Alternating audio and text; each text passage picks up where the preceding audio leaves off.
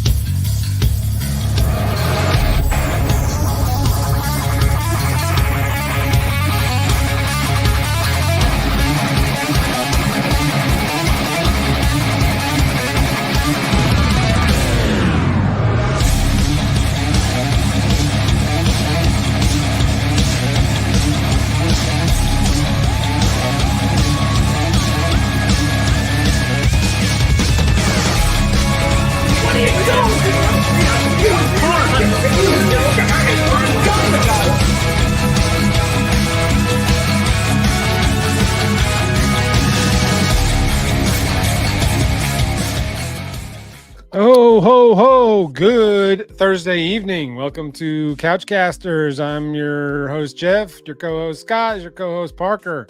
Gentlemen, roll tide. Welcome. Roll tide. So, yeah, I got some new Big Mike footage from week one. The Steelers never disappoint. They give us a bucket load of material for Mike to react to, and Big Mike never lets us down. The Steelers didn't let us down in week one. 6 field goals, no touchdowns, bullcrap penalties, just a plethora of things that led to us not scoring any points via touchdown. Boswell kicked 350-plus yarders, 6 for 6. Fantasy Boswell owners are loving him. Now, next week, he'll go 1 for 1 and have 3 points. That's pretty much how Boz does in fantasy. But yeah, the more things change in Pittsburgh, the more they stay the same. New quarterback, new coordinator, new pieces, and same result. No touchdowns, stumbling offense, missed throws, bad calls, and we have no touchdowns in week one. They moved the ball a little bit, though. Yep. Yeah. They kept the defense, not gassed. That's all we can ask for. That's all we can ask for. The defense can just stay. Props to our man, TJ Watt. Yeah. He destroyed the Falcons in that game. They had no shot ever to do anything. He had 2 strip sack fumble recoveries called back. That offsides penalty was chicken bleep. That's just. I saw that. Somebody said that about his pass rusher. They said that he timed it perfectly, and they literally screen by screen. I didn't see it live, but I saw the replay. I was like, no, that's just a good defensive play. That's I don't know what else you call that. You just cheated the guy out of a strip sack. One being I guess he would get a full sack on that, and the touchdown. Like, give me a break, bro. Come on now. I mean, that's just how it goes. Myles Garrett gets all the hype, but TJ Watt is far and away the best defensive player in the NFL, in my opinion. I agree. No bias. I mean, facts. I try to be objective about stuff, but watching that game, he destroyed the Falcons. So single-handedly, they could do nothing. You said it that was insane. TJ Watt, I just want to make sure I heard you said that correctly. TJ Watt is the best defensive player in the league, in your opinion. I know that Myles Garrett is hyped up. That's fair. Myles Garrett's a good player.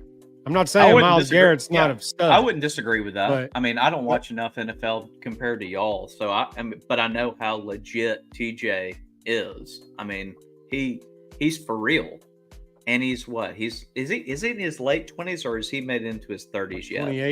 28. Yeah, 28, 29. He's my age. Wow. He's the only player. What did I do wrong? What did I do wrong in my life? Be this. All right. You weren't born a Watt. That's also true. That's genetics and just God-given Watt talent. genetics are like no other. He's in the water up there. But I mean, he just is the true definition of a game wrecker. I mean, he just destroyed any hope the Falcons had. Poor Kirk Cousins. And I should have known better when I started Cousins on my fantasy team. I really wasn't thinking about it, but I should have known better than to start him against the Steelers defense, especially in week 1 when everybody's healthy out of the chute. But I mean, Watt was just insane, and he is just insane. I didn't like the pass interference call on Pickens. I thought that was. I mean, I've seen a lot worse. Yeah, maybe by definition, the textbook it could have been a pass offensive PI, but those guys jockey for all the time hand fighting down there. Mm-hmm. So no, it was a lot of fluky calls in that game. A lot of the by the book, like technical stuff that really just, like you said, doesn't really get called. But found a way. They won. Whatever. Moving on. Got Denver this week. Got Bo Nix. Are we at Denver or is that in Pittsburgh? I believe it's on the road. I think we're in Denver. At Denver, okay. Mile High, but get 2 away games to start the season for this. Yeah, screw that place, man. Ryan Clark couldn't play a playoff game there once, and we got Tim Tebow'd. So that place can kiss my butt. Got Tim Tebow. I remember that. He did. Oh my god. Yeah. Ike Taylor. What was that? What was that to Demaryius Thomas that he caught that? R.I.P. R.I.P. First play in overtime, 80 yards, house, done, game over. And then the next week they got beat by the Patriots like 49-6 or something like that. The Broncos did. Tebow had he was like 1 for 12 for 8 yards in that game or something. It's just some ridiculous number. I can't. No, his career is pretty much that Steelers game in the NFL. Yeah. It's the only memorable thing. I think he was like 10 for 25 for 330 yards or something like that because he had a couple of long completions. Yeah, including the 80 yards, 136 yards, 5 sacks. How many rushing yards? He had 13 rushing yards. 13. So. That's nothing to hang your hat on there. All right. Well, hey, whatever the Steelers do at quarterback next year, I'm not entirely sure it's going to be either one of these guys on the roster right now. Not entirely sure it's going to be either one, but whatever they do next year, just know that we will never have a contract as bad as the Browns gave Deshaun Watson for literally being the worst quarterback in football. Yeah. I mean, I don't know if anyone could screw up that bad. I don't know that there's been a worse quarterback in football than him since that deal. They showed a graphic the other day of Baker Mayfield since the Browns signed Watson and Deshaun, their stats. I mean, it was insane. Baker's like just slaughtering him in touchdowns, yards, percentage. Yeah, and you look at that. That was the just biggest thing. Like, I know that they're just right up the road from Pittsburgh, but oh my God, Buccaneers, they lucked out. They're the winners in this whole thing. He got traded, and then he went to the Chargers for a year. It was basically for him to win to get a contract. And then he took him, and then literally certain plays got him that contract with the Buccaneers for that 1-year deal. And then he just balled out last year, and now he signed a 3-year extension. So yeah, it doesn't come with the baggage. I'm sorry, that's always going to be there in the rear view. But say what you want. I've never been a big Baker guy, but I always said he was going to be Johnny. The Steelers signed him this offseason instead of trading for Russ or Fields. That the Steelers signed Baker to like a 4-year deal. I honest to God, I would have been fine with it. Like, yeah, stability, leadership, moxie, swagger. He sort of embodies Pittsburgh's personality to me, and I thought it was a big whiff, at least not even calling him, or I don't know if we even brought him in. I don't know if they hosted him. I don't know if they ever talked to him, but I thought compared to what was out there, I thought that was a really good fit. Yeah. For whatever that's worth. I'm never have been a big Baker guy. When he was in Cleveland, I couldn't stand him. I wanted to kill him every time we played him. But he showed me something in Tampa last year. and what he fought through, getting dumped by the Browns and then spending that half a year with the Rams and whatnot. And the Panthers was a nightmare, but to come back and have the season he had last year going into this year, I thought like this would have been the perfect time to get him after he's grown up some. He's more mature now, a veteran. He's been a few different teams. I thought it would have been a good time, to kind of solidify our quarterback position. But, I don't know what the Steelers are going to do at quarterback. Well, I think part of last week too was not knowing Russ was going to sit out until at least it seemed like later in the week, so I don't know how they necessarily game planned going into that game. I know Arthur Smith said he was trying to stay away from Jesse Bates, which is why you look at the passing chart, there was almost nothing across the middle. So the pass chart looked eerily similar to what we were doing with Kenny Pickett, but I thought the offense was much more efficient last week. I'm with you. I was watching it going, we just lifted out Pickett and dropped in Fields, and it's like I'm watching the same film. Felt different though. Yes, yes. I'm totally with you there. I think they're going to at least be decent enough on offense. I don't think they're going to He's more athletic toe-to-toe with the Chiefs, but he's just much more athletic than he wasn't wearing gloves. And so I knew that we were already in better shape because he wasn't a loser wearing gloves to play quarterback on both hands. Mike still gets me in that video every time. Yeah, you're going to pick it. And he's going to pick it. Get it. Because he sucks. So good. Kenny Happy Feet Pickett. Guy sucks. Hall of Fame, legendary moment right there that we've ever recorded, or getting a recording of that was top tier. God. That's man. In this newest clip, he goes berserk when Tomlin went for it on 4th down instead of kicking a field goal to put us up 8. And we were only up 5, and he went for it on 4th down. Man, my cousin lost his mind.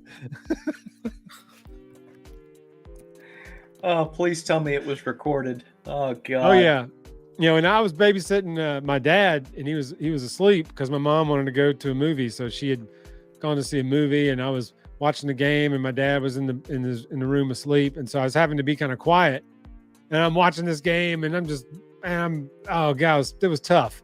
And then 4th down, I'm like, all right, well, at least we'll go up 8. You got to score a touchdown and a 2. And then he goes for it on 4th down, and it was like 3rd and 3, threw a 1-yard pass to Allen Robinson. And I was just like, what the frick, but I couldn't holler and I couldn't call Mike and yell because my dad was asleep. So I just had to sit in the living room on my hands and just like compartmentalize. Compartmentalization is what that was. Compartmentalize it. You're right. I had to learn that skill.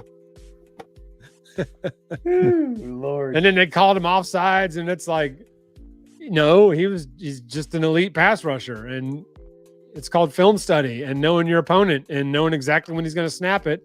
And timing is right. Everything. And he Polamalu, perfectly. Fonzie, you could vouch for this. Polamalu was a master at that.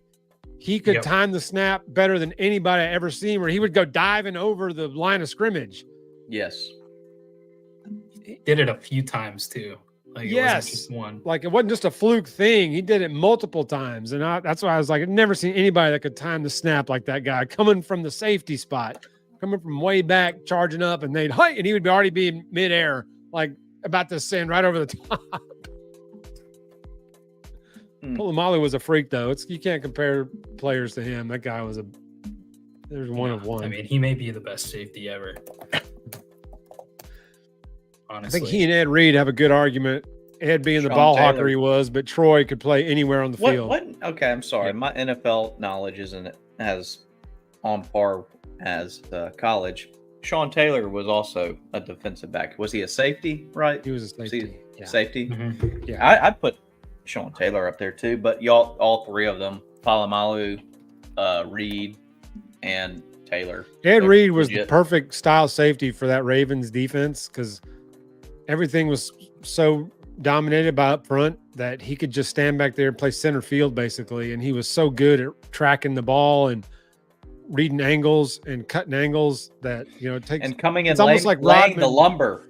Yeah, it's almost like Rodman's rebounding skill. In The Last Dance, he's talking about he would study spin of the ball off certain guys' hands, how it would spin off the rim the way it left their hand, and he'd turn it into an art of studying rebound type thing. And I think it's kind of a similar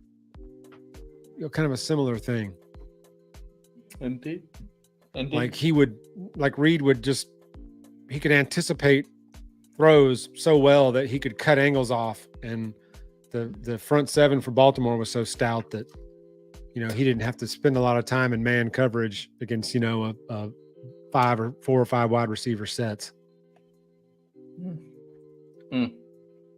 He was insane. I mean, But Sean Taylor was more of a he was just a thumper.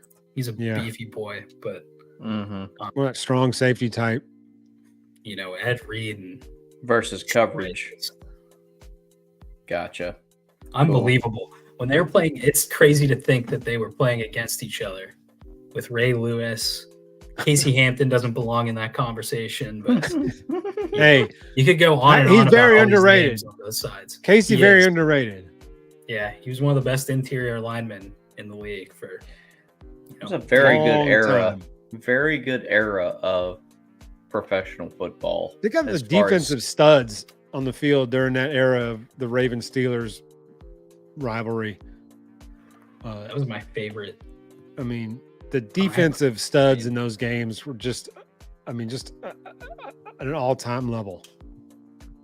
Brian Dawkins too. I mean, he was playing. Yeah, That guy was a beast. Eagles, but I hate that he was on the Eagles. there's a lot of good ones. But yes, many good. Even Rod is God, baby. When he moved to safety, I was crushed when the Pittsburgh didn't move him to safety when they got rid of him, and then he became a Hall of Fame safety practically. Yeah, and I was like, why didn't Pittsburgh just move him to safety? Damn it! But they let Woodson walk. Still got my Rod Woodson jersey though. It's all right. Rod is God, baby. It's a good. Only guy I've ever seen blow his knee out in week 1 and still play that year. What? Somehow. How is that possible? Yeah, he blew his knee out against the Lions, I think week 1 or week 2 that year, playing, Barry Sanders, and he blew his knee out, tore his ACL, and he came back and played in the Super Bowl against the Cowboys. I was about to say that's what I was about to say. I was like, he played through the season with a blown out knee. Oh, no. He didn't play. He missed the season, but he came back for the Super Bowl that same year. Terrell Lewis. That's who I think of when it comes to college football. Hurt first game against Florida State in, 2017. Comes back and plays in the national championship, makes a huge impact. So, and then after that, you never heard from him again. But he's still in the league, apparently. I don't know what he's doing. He did make news recently for... What did he make news for recently? I don't know. What did he do? Let's look it up. We might need Scott to research that. It was something like getting chased across campus for doing something crazy. Okay, let's see. Or getting chased, not campus, but getting chased by the police for something. I don't know. It was pretty. I remember laughing about it though. Terrell Lewis keeps bringing up murders that is not him. He's involved. That's not good. Maybe there was a murder in here. I said a murder. Well, let's not bring up the situation down in Miami that we all have seen. Speaking of murder, our right tackle, his wake was last night. The poor guy, it wasn't his fault, but No, it was completely. Unfortunately, he was in there and could not do what his job was. All right. I got the Terrell Lewis story. Okay. Not to interrupt, but No, you're good. Go for it. he was chased down by a prostitute for not paying. That's what it was. I knew he was chased by somebody for non-payment. Yeah. It was a. Hey man, you didn't pay your bill. Come on now. I don't do it for free, brother.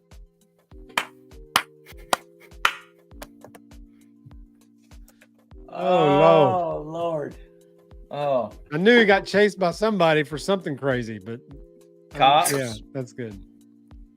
Which is a Women good for segue. Women for into- hire, you know. into our week 2 discussion of Alabama's victory over the South Florida Bulls. The score you could see off my shoulder, 42-16. A little bit deceiving considering it was a 5-point game with 6 minutes left in the fourth quarter. And we had really done little to nothing offensively, up to that point. Then Coach DeBoer makes the move of reinserting 57 into the right tackle position and removing number 75. I will not say his name since he is just a kid, 18, 19-year-old redshirt freshman college kid. I don't want to drag his name through the mud, but everybody knows who 75 is, the position he played, and the struggles he had. Now, credit to South Florida. They got some fast defensive players, and they found the weakness and exploited it. A couple of those holding calls were were BS, but his reputation had preceded him at that point.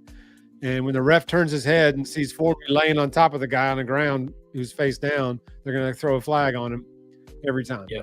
Especially considering the performance he had up to that point. There's no reason for them to believe that he wouldn't have done that. So as egregious as the call was, that probably was going to get called 100 times out of 100 if in that situation. If anybody has seen that replay of that, he got called for holding 4 times, if not more. I know 4 for sure. I think 4. 2 of them were just awful.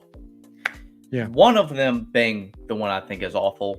I know why they called it, because he's pushing him. The guy's falling down, and then he kind of jumps and lays on top of him. I can see why it was called. Do I think it was? No. Because the guy was losing his balance, literally was still falling to the ground himself when they threw it before he jumped on him. So be it. One of them cost us a touchdown that I think Milroe took for like 45 yards. Yeah, I think that was a hold. Like, he got beat, and then the guy was coming back to make the play, and he reached across him and grabbed him. I mean, there you go. You can't do that. Have that happen. I don't care. I'll say this. You're at Alabama. There are expectations. There's a reason you're at Alabama to not make mistakes like that. Okay. You wouldn't be there if Alabama didn't believe in you to get the job done. Those kind of mistakes, I know you haven't had a lot of experience, but that it just can't happen. Now, was he thrown into the fire, basically thrown to the wolves because of the certain circumstances and situations he was faced? Yes, absolutely. Do I think he was ready? No. But you know what? It doesn't matter. You got to always be ready because you never know what happens. Ty Simpson should always be ready just in case Milroe were to go down. Hell, whoever the left tackle backup is needs to be ready. I mean, we're at a point now, people, where this team has a lot of youth, but a lot of them are still the tangible parts that have been a part of the team, even from last year. These are mistakes we shouldn't be making, but they are happening. Now, I'll say one thing. If anybody saw, it took, Scott and Cameron and Hunter and I, we were away last week. We weren't able to see. We weren't able to do an episode last week, but we're up in Pittsburgh last week, and we're watching this game. And you know what? Cameron and I are sitting next to each other, and I am livid. We're up 14-13 with 8 minutes left in the ball game. I don't give a damn what that final score says. We could have lost that game. We probably should have lost that game, how we played. Not only we talked about how bad the offense was, we had 3 turnovers, 3 fumbles. Inexcusable. You just can't have that happen. You can't. You know what? And I'm starting to get a little heated about it, so I'll just let y'all just let's get me a little riled up. Glad you brought over the turnovers, because I think that was the biggest difference.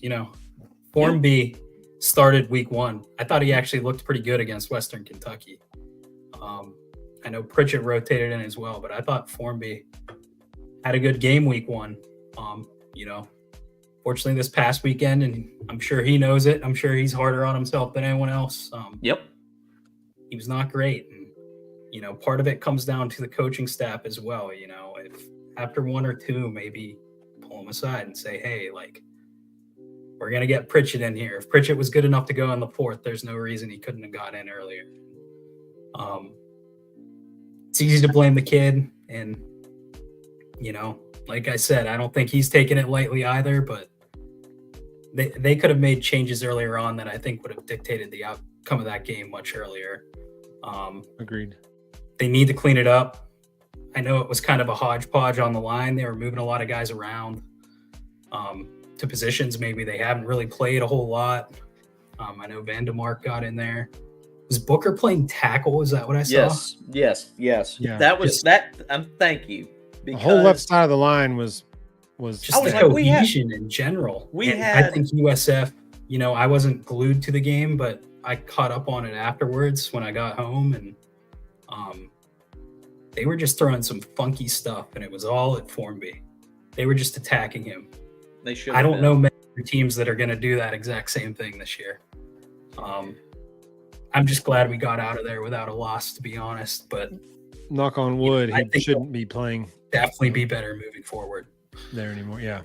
I thought it was telling the first play Pritchett got in the game. They ran right behind him 9 yards, immediately behind Roberts, and Pritchett just plowed the road 9 yards. And then on Haynes' long touchdown, they're both running down the field, just tossing bodies while Haynes is trucking down the field. Oh yeah. I mean, that's one of the great things, we learned who our right tackle is this week. Yeah. There's no more question. It helps the coaches, it helps the game plan, it helps everything. Someone took right tackle with 6 snaps this weekend. So I think Proctor will be back Saturday. I think we'll see our starting 5 linemen as a unit for the first time Saturday. I think that was the plan all along when Proctor got hurt, and then when Pritchett got a little dinged in the Western Kentucky game, he dinged his hand a little bit.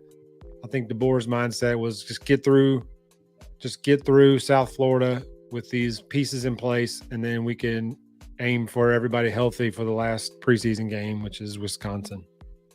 Mm-hmm. And then the off week, and then the season starts in week 5 with the Bulldogs. I honestly think this game, I don't want to say it this way, but I think Wisconsin is less athletic and a less difficult team to play against than USF was. I think USF's a good team. Agreed. They got a good coach. Everywhere. He's going to be coaching Florida next year. They would have. If that quarterback could throw at all, it would have been a much different story. Yeah. So but he missed a lot of he left a lot of plays out on the field. A couple plays, young DBs got burned. Just this throw didn't get made, but the play was there with a good throw. So that's a place to work. It was concerning to me that 75 was in the 2 deep at right tackle. If it's those fast, athletic defensive linemen give him trouble, he's not going to be able to play in any of these league games. Not a tackle. But kudos though, Scott. I totally agree with you. South Florida. I don't know how many defenses we're going to play this year. They're going to be that fast off the edge, and that fast sideline to sideline. Credit to those guys. They were fast. That defense was a fast defense. They knew we were weak at right tackle, and they went right at it, and it paid dividends. It paid enormous dividends. And then just not being mentally disciplined, jam, fluke, not holding on to the ball and tight enough, and the ball popping out.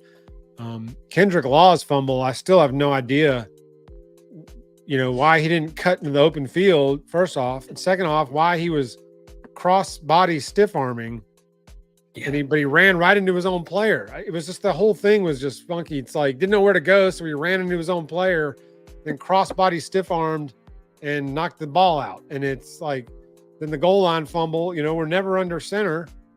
You could probably count on one hand how many times Brailsford has snapped to somebody under center. And And then we line up for that in that position at that point of the game. I thought she should have just lined up in the shotgun like a wildcat almost with Milroe 4 times, and surely he would have scored, from the 3-yard line in 4 attempts. And that's one of those things, I'm glad you mentioned it because, it just, it kind of grinds my gears, guys. I just can't, If you smell what the Rock is cooking.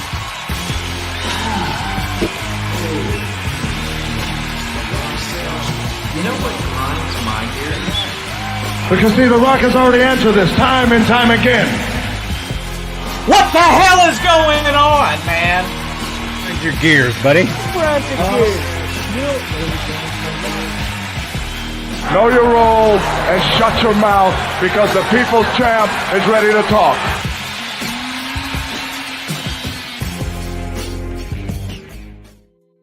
Well, that music can mean only one thing.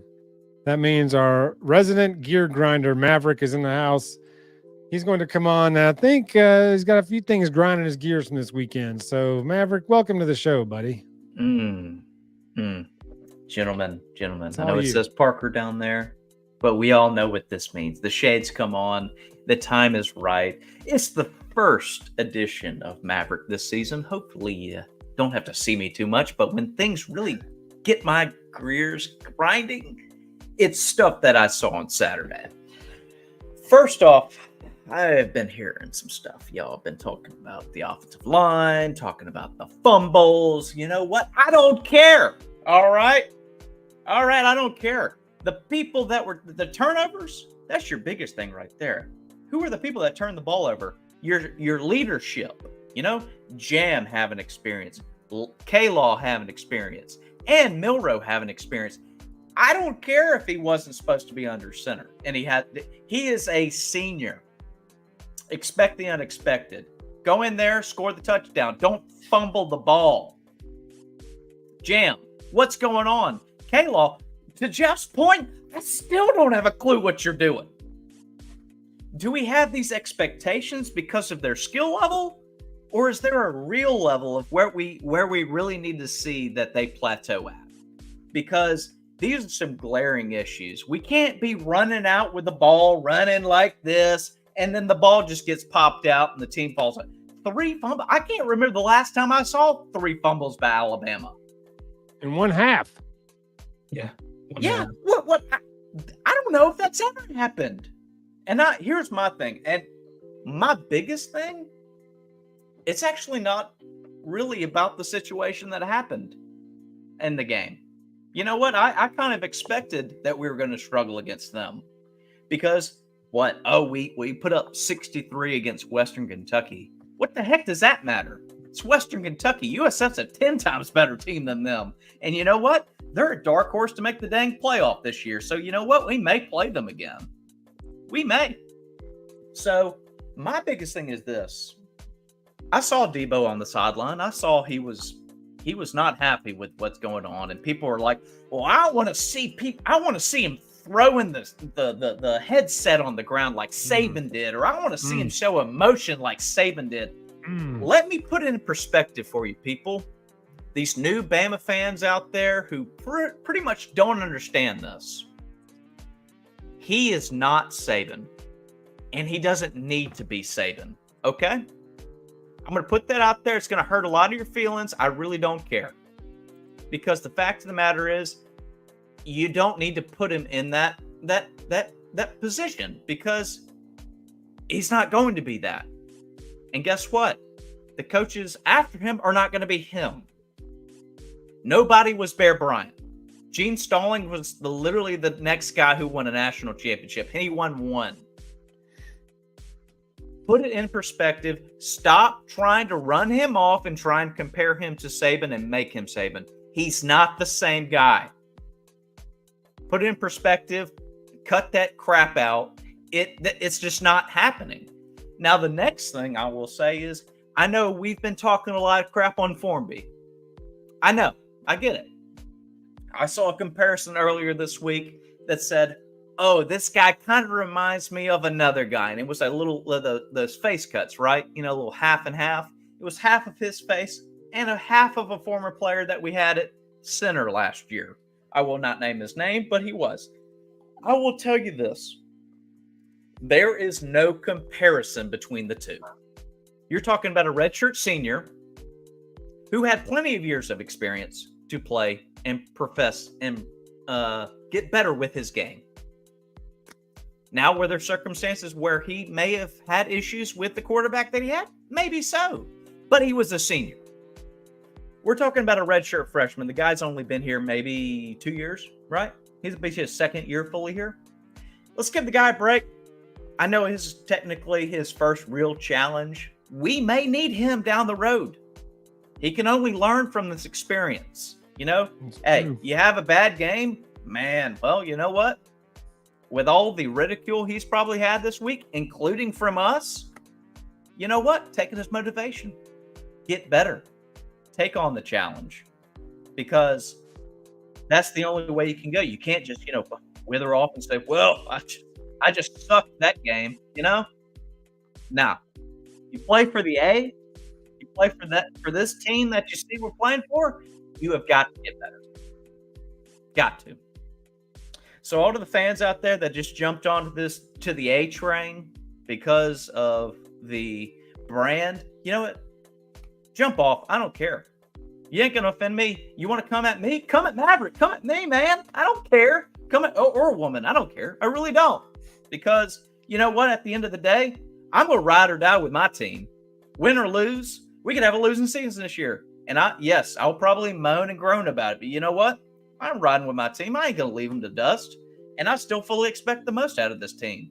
Yes, I still do think we will have some losses this year. You know what, though?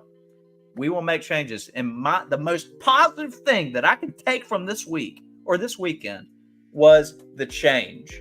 That in-game change. When we were struggling, we were at 14-13. And we made a change with 6 to 7 minutes to go. And we put Pritchett in. And you know what? The rest is history. The score is right behind Jeff's background right there, 42-16. We scored 3 touchdowns unanswered. 4 touchdowns unanswered. However much it was, towards the end, I was like, well, the game's won. I think it was 21 points in 5 plays, 6 plays? I'm rattling off. Maverick's a little hot, guys. What can I say? Sorry. Bringing it back. Starting off the season. Yeah, it was quite the interesting game. I will definitely give it that. A lot of sloppy plays, just a lot of not really mentally disciplined throughout the whole game in terms of fumbles and penalties and whatnot. It was just real sloppy, but we're still working all this stuff out. And also, we haven't played a game with our starting 5 offensive linemen yet. So we have no idea really if this offense is more similar to last year than we thought, or we don't know yet. We haven't been able to see really how it operates with, all the bullets in the chamber. So I think Saturday morning we'll get our first look at that. And then if we're still having a lot of these problems, then there's a bigger issue at hand. I thought 56 was average at best. Few penalties, but there were plays that he didn't hit anybody. Talking about if you go back, right? Or when you go back and watch the replay, like you'll watch him on some plays and he doesn't hit anyone. How is that even possible as an offensive even if lineman? I know not every run goes behind you, but still, when it says hike, you find somebody and hit them. It's probably the most contact position in sports, Even being if an offensive or defensive lineman. at the end of the play, even at the end of the play, you just shove a guy.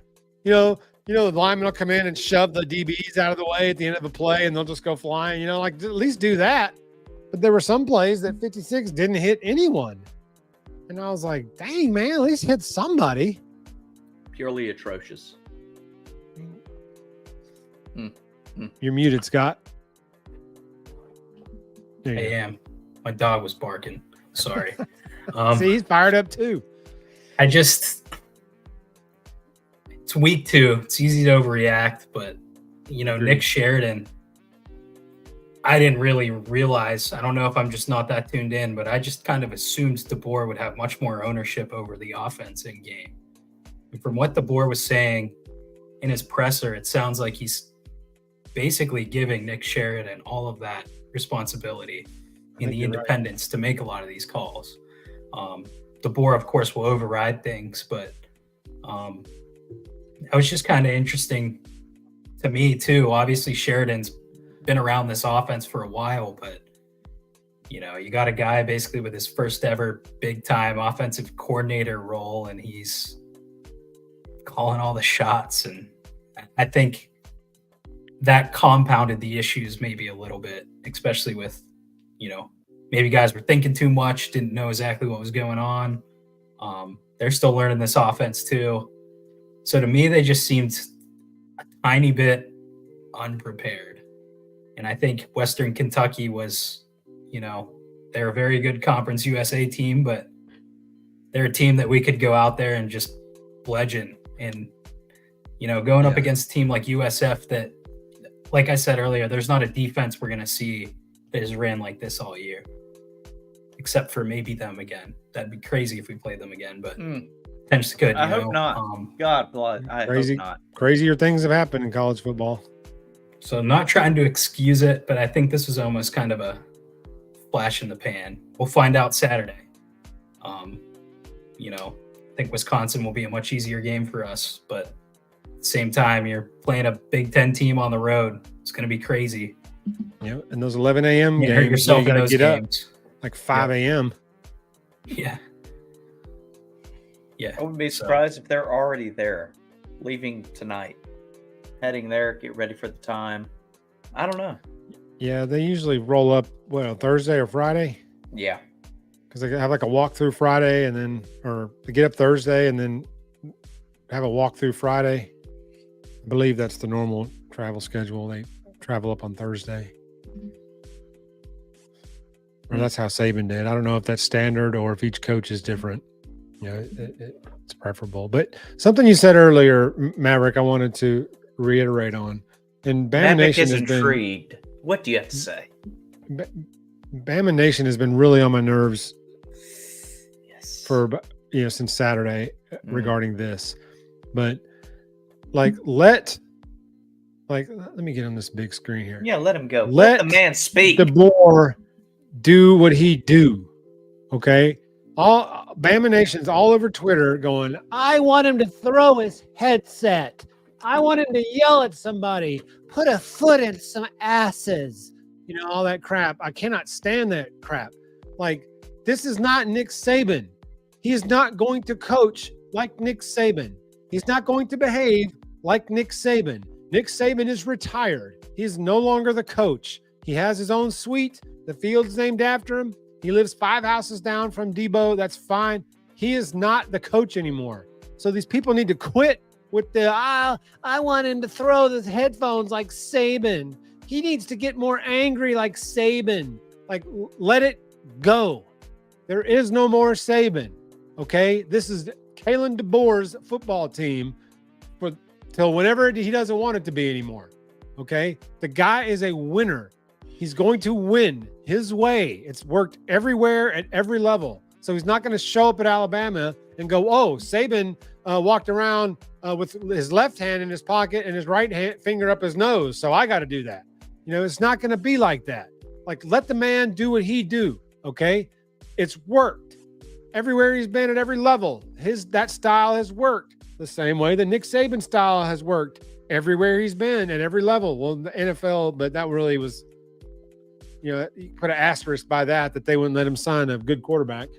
But, but it's the same deal. It's like different styles, different strokes for different folks. It doesn't mean that he needs to change anything. It doesn't mean that his style isn't working here after 2 games because he's not stomping up and down the sidelines, screaming at players and going berserk. Saban didn't do a whole lot of that the last several years since his grandson was born. You didn't see a bunch of angry Saban. He was grandpa. He was the coach. He mellowed out a lot in his later years. But Twitter was just flooded. And then people posting questions. Do you wish you would see DeBoer get more angry? And then all these comments, people are all just like, yes, he needs to do this, this, and this. He needs to do that. No, he doesn't need to do any of that. He needs to do exactly what he's been doing since he started coaching that got him to 106 wins in 12 losses in 11 years. 100%. That's what he needs to do. And it's funny. It's funny that you mentioned that because somebody asked Maverick this weekend at the bar. Somebody asked him. It was while we were in Pittsburgh. Sorry, not Pittsburgh. Pittsburgh. And it was a Pitt alumni. And he goes, "See, you're a Bama fan." I was like, "Okay, yeah, absolutely I am." He's like, "You graduate?" "Yeah, from there, absolutely."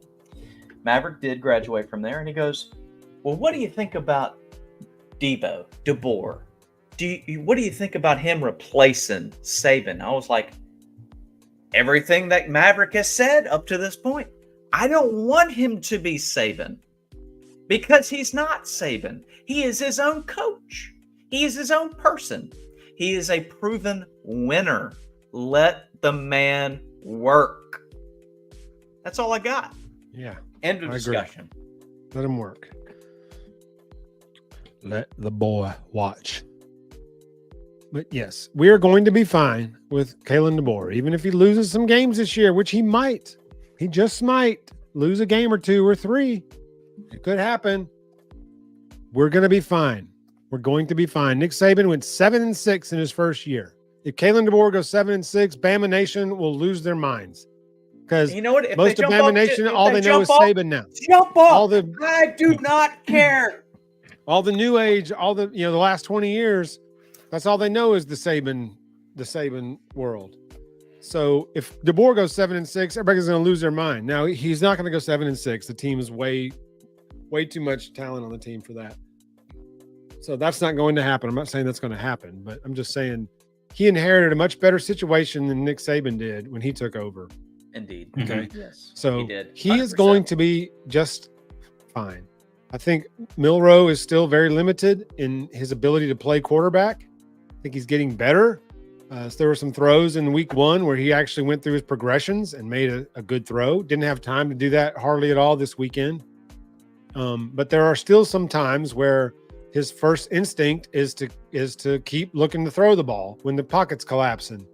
And there were several times this weekend where when the pocket collapsed, he should have just taken off, even if he got no gain or even just a 1-yard loss or something. But that sack he took that he lost, 20 yards, he should have been gone on that. He should have been took off long before. That's like a sophomore issue or a freshman issue. Yeah. You don't need to be making that kind of loss as a junior or senior. And that's where I'm a little concerned. And I know it's a new offense. I know. However, you've got to have some pocket awareness. You've got to know what is going on, where you're getting pressure from. I don't care how bad your offensive line is. Now, honestly, it should make you more aware. If you know how bad your offensive line is, I think Maverick and Jeff have talked about this before. If you've got to do only 1 or 2 reads and then run, do it. I mean, if you're not going for your full reads, just go. He is 99% better, a better athlete than everybody on the field. 99%. Yeah. Case in point. He's faster than everybody. He may not have the fastest speed clocked, but I think in football speed, I think he's faster than just about anybody. His acceleration's just yes, incredible. Yeah, he just explodes out of a cannon. And we haven't had a top end. quarterback that's had great pocket awareness outside of Mac Jones, though, in a while. I mean, he's the last one I can think of that would actually throw the ball away and not backtrack 10 yards. Mac Bryce like was good me. enough to at least get to the sideline or just like pop it down the sideline once he got away. Milroe Tua was kind of the same way. He was making Tua had too much confidence. He was making a play until receivers. he got tackled. Until he got Exactly. tackled. And that's what See, got Mac him like injured. me. Mac like don't want to get hit, so he get rid of it quick. He's like, oh, it's not there. Next. It's like, oh, I'm not as athletic. I mean, that's the same thing for the rest of all these quarterbacks that make also, Mac knows that he could just throw the ball away, and that's no big deal. He had Smitty and Waddle for half the season on the outside, so Smitty, it's like, Waddle, if I got to throw Mechie, this one away, all those. I'll just get 40 on the next one. That definitely made it easier. I'll just much throw to easier Smitty to, wherever he is, and he'll catch it, and we'll get a first down no matter what the play is or where he is. No one will be within 20 yards of him. And then you watch the replay and he runs the route and it's not like he snaps somebody off or dead leg somebody. He just like lists to the left on his route and he's 20 yards wide open. Yeah. I'm like, where's the deke? Like, where's the double move or whatever to shuck the DB? No, he just runs past him and the ball lands in Jamo his... was the best at it. Good Lord. Seeing his just one Jamo juke move and his acceleration out of the one juke move into it. And I was like, he's still doing it in the NFL. And I'm like, man, oh man. He just was a bad dang dude. Cheat code. Just a dang cheat code is what that it was. A bad dude. Jamo was a bad dude. But yeah, I think you're going to see a lot. I think the offense will settle down when we get our 5 starting linemen, and we're not down to our 3rd string left tackle, our 2nd string guard, our 2nd string right tackle. Brailsford's still getting his feet wet in the new same offense, but probably little tweaks. But new guy on his right, new guy on his left, new quarterback taking the ball. It's an adjustment for the center as well. And Jaden's the only real anchor piece we got there so far, but I think that's all going to change Saturday. I think that was the plan all along. I got nothing to base that off of other than just my gut. Mm-hmm. So I think that Bama's going to play well Saturday. I think we're going to win pretty handily. I don't think it's going to be a 5-point game with 5 minutes left in the 4th quarter. I think you're going to see a different team Saturday. Sometimes it takes a tough road game to galvanize the team to really – we've just gone on the road now. Season doesn't start till you win a road game, the old saying. So, I'm hoping that this, not only will we win this game for the win, but also it'll kind of help pull the team together. Okay, we've got our road win, tough environment. It's going to be a tough environment. Camp Randall's going to be live, but it's not going to be any tougher than the SEC opponent. I can tell you that. But No. But I think a good road win will do a lot for the team in terms of confidence, morale, togetherness, a team unit type stuff. I think Wisconsin's star linebacker has to sit out the first half as well. Yeah, so that won't work. So that's of course big. One of our Jefferson. best linebackers as Justin well. Jefferson, but we're deep there. He got 10 tackles in 15 plays. That's insane. That is literally the numbers do not add up. It just doesn't make sense. That's but not we fair. have Deontay Lawson and Jahad Campbell. Wisconsin is Russo. But yeah, I think their defense is pretty good. Their secondary's fine, but yeah, Keanu Cott too. I think early we got to just beat them. Is Keeley hurt? Is there a reason Keeley didn't play against South Florida? Is he Did he not play? I didn't see him play at all. I don't know if he's hurt, but they said something a couple weeks ago about his development is maybe not moving as fast as they anticipated, but there's no concern with him. Just they're getting him ready. He's working through things. He's moved around so much too. Yeah. Different positions. 2 systems. If they can tap into something with him, he looks the part. He certainly looks the physical part. Oh yeah. Which is not always equate to good football player, but man, maybe they can tap into something with him. Well, our defensive line's been so good too that there's very few snaps to go around. The defense, despite the number of drives they've given up, umpteen play drives and whatnot, I mean, the defense has played really well. Like, I think the defense has played pretty damn good. I mean, Tim Keenan's just... Yes, he's a beast in the middle. Those two have really blossomed, Yeah. So absolutely. If they keep it up, I've heard he's a leader. And people, and I love talking about this too, is people talk about Tim Keenan being a leader. And I actually saw a comment maybe a day or so ago about one of the actual starters. I'd have to go back and look at this, but they said, what drives him and what drives y'all to follow him? And he says, well, he's a man of faith. He's a man who is going to go after it. He's all in on God. And you know what? He's going in after it because you know what? He knows that that's where it's going to go. And they love following his determination and leadership through all the traversities that you might face. So I love that kind of guy. And you know what? I'd buy all into him. If I got a leader like that, 100%. I'm going to follow that guy. Fears no one. Fears no one. Yeah. Go for it. I think that Jefferson kid's going to be a stud, man. Indeed. I mean, I thought that was a bullcrap targeting call. The targeting rule is just horseshit now, pardon my French, but there's no interpretation of the rule. There's no context of the rule now. It's like cut or dry. Helmet, targeting, he's out. But if you watch the play, it's like a football play. He's not like leading with his helmet. They're just like the guy making a dropped form into him. tackle. And they're like, nope, his helmet touched his face mask, he's out. Targeting, throw him out of the game. And it's like, you could have said the same thing in that Auburn game that happened over the weekend. The Auburn guy blew that dude up with his shoulder. And they're like, nope, his face mask with his shoulder, targeting, he's out. And in that particular situation, they were both lowering their heads, so I get it. But however, I'll say this, and it's the only biased thing I'll probably say all night. If it had been Alabama, we would have gotten called for targeting on that. If it had been the same kind of play, I guarantee you we would have gotten called for a targeting against us. Even if he had been lowering his head. Looked like a form tackle to me. He just tackled him. Yep. The guy hopped right up, got back in the huddle like it was a football play. And then next thing you know, here come the boneheads in their stripes, blowing the play dead. We're going to review for targeting. Like, get the hell out of here. Like, let the boys play. Give me a break. Let the boys play, bro. Fucking boneheads coming. Vegas calls in or something. I mean, come on. Jeez. Anything else you got, Maverick, before we eject out of here tonight? Well, I got to hit that ejector seat here soon, like you said. But, all I got to say is, keep tuning in to these Couchcasters.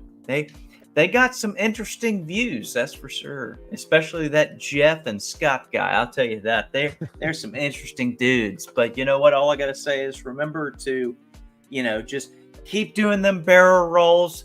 Keep watching the show. And remember to always like and subscribe.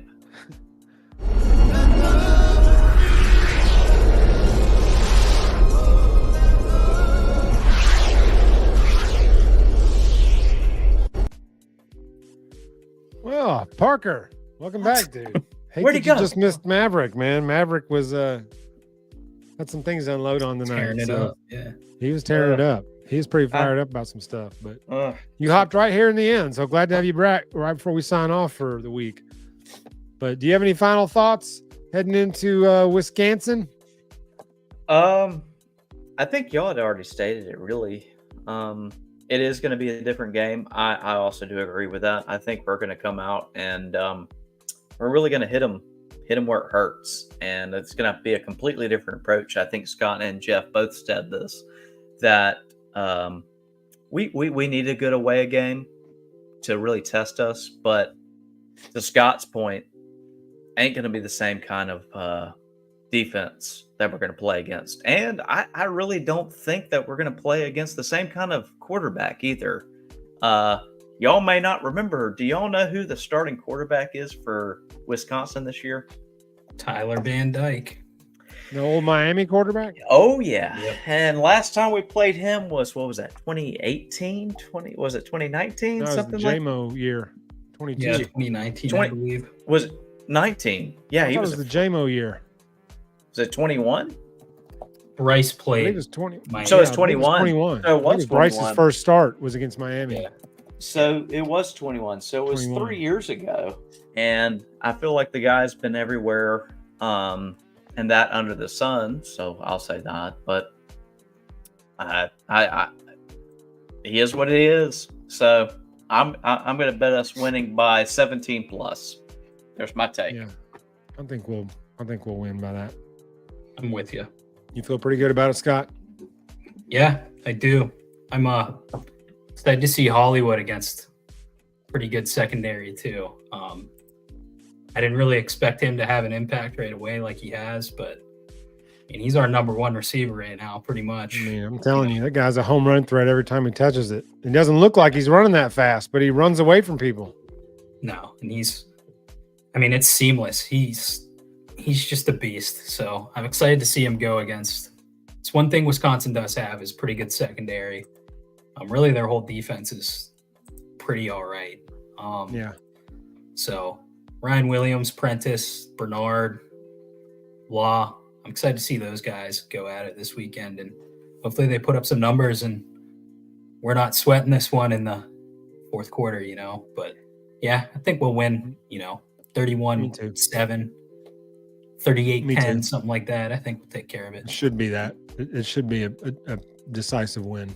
If we are sweating into the fourth quarter, some things are glaringly wrong, and We've had some turnovers and some other problems. If that's the case, we are going to have to hit back to the drawing board. If that's the case. True. Yep. All right, all right, fellas. Well, that was a good episode, good recap, and get ready for next week. We'll be recapping the Wisconsin game and probably week 2 of the NFL. So, hope everybody can join us next week. Gentlemen, as always, roll tide. Parker, what do you need them to do? You just got to remember to like and subscribe. And I'll also divvy onto this. I don't know if the Way Offsiders are on tonight. I think they may be on. I believe they are. But remember to tune into them. Actually, they may have just started about 50 seconds ago. So tune into them right after this. So just remember.